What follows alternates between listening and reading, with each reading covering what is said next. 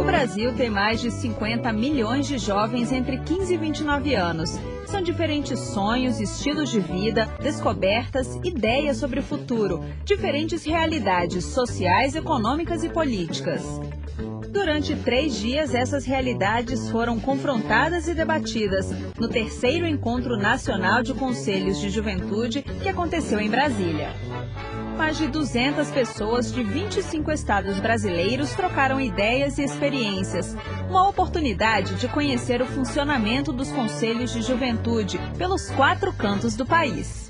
O 3º encontro, ele traz como um objetivo muito forte de a gente incentivar a formação dos conselheiros e conselheiras e para que os conselhos de juventude possam cada vez mais ter um papel central no desenvolvimento e na aplicação das políticas públicas de juventude.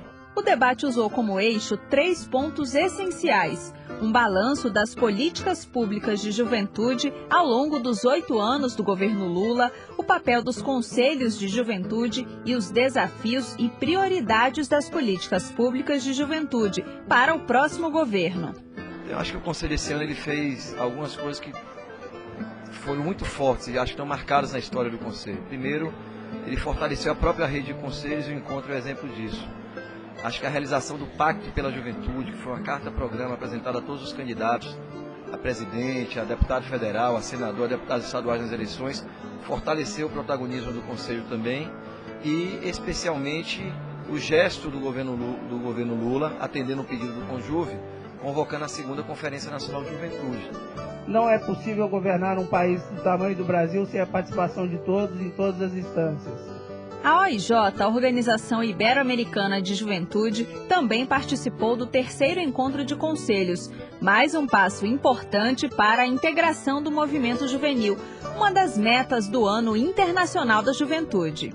Para a OIJ, como um organismo internacional, participar deste tipo de atividade é muito retroalimenta a nossa visão das políticas públicas, da participação, do diálogo entre a juventude e o governo, entre as próprias organizações da juventude.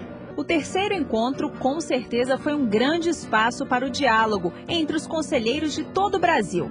87 conselhos municipais e 16 estaduais participaram das discussões. Se o Brasil institucionalizou a temática de juventude, se ampliou os espaços de participação, se implementou programas e políticas públicas que geraram oportunidade de milhões de jovens se inserirem no mercado de trabalho, na universidade, na escola técnica, terem formação e qualificação profissional. Ao mesmo tempo, nós sabemos que os desafios que se colocam no próximo período são muito grandes. Acho também que essa vai ser uma tônica, né? O processo de participação é uma coisa que não tem mais volta.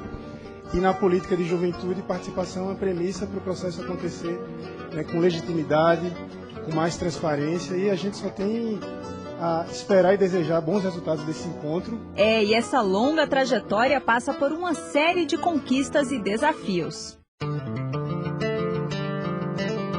A juventude brasileira ganhou voz e espaço por meio de programas, canais de participação e avanços nos marcos legais, especialmente com a aprovação da PEC da Juventude, hoje Emenda 65, que dá prioridade constitucional à juventude brasileira, além da institucionalização dos espaços de debates, como os conselhos e conferências.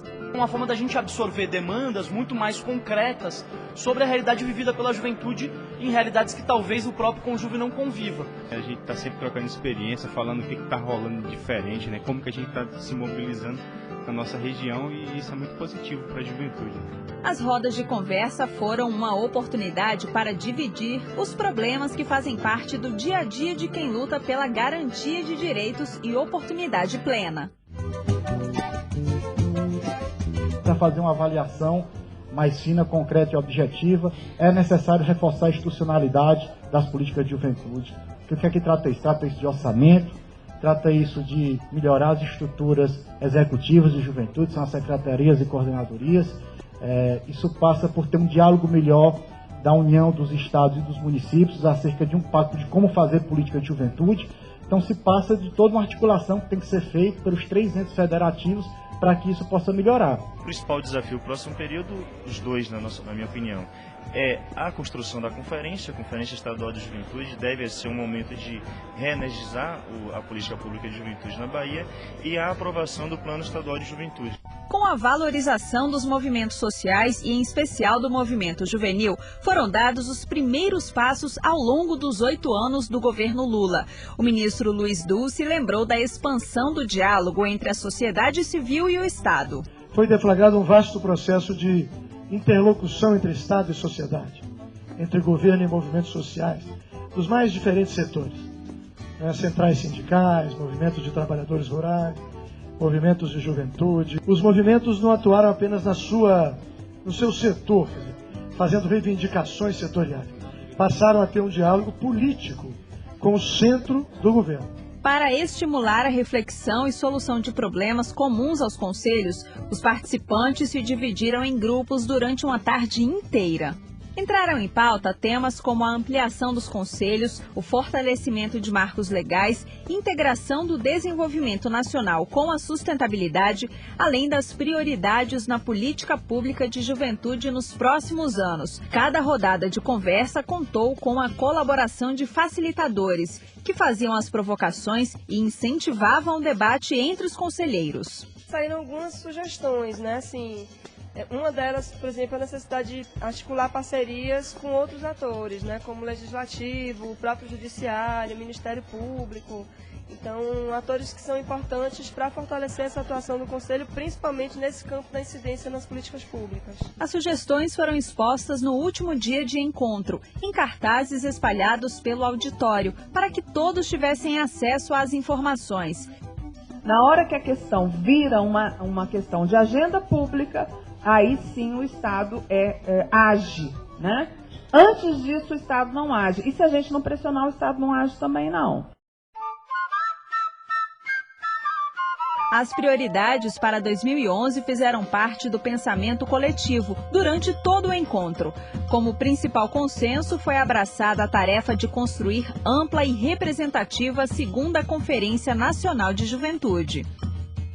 Que a gente pretende com esse processo o fortalecimento aí das instituições democráticas e o próprio conceito de democracia e de democracia participativa no país. A sensação que fica é que o encontro não terminou.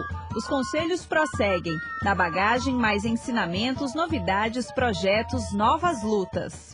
Para que a gente possa tornar esse documento, que é um documento síntese, um documento de força, para que aponte para o rumo das políticas de juventude nesses próximos 4 anos. Se alimentaram bastante de informação, bastante de troca de experiência, e isso vai qualificar muito a atuação deles nos municípios e nos estados que eles representam.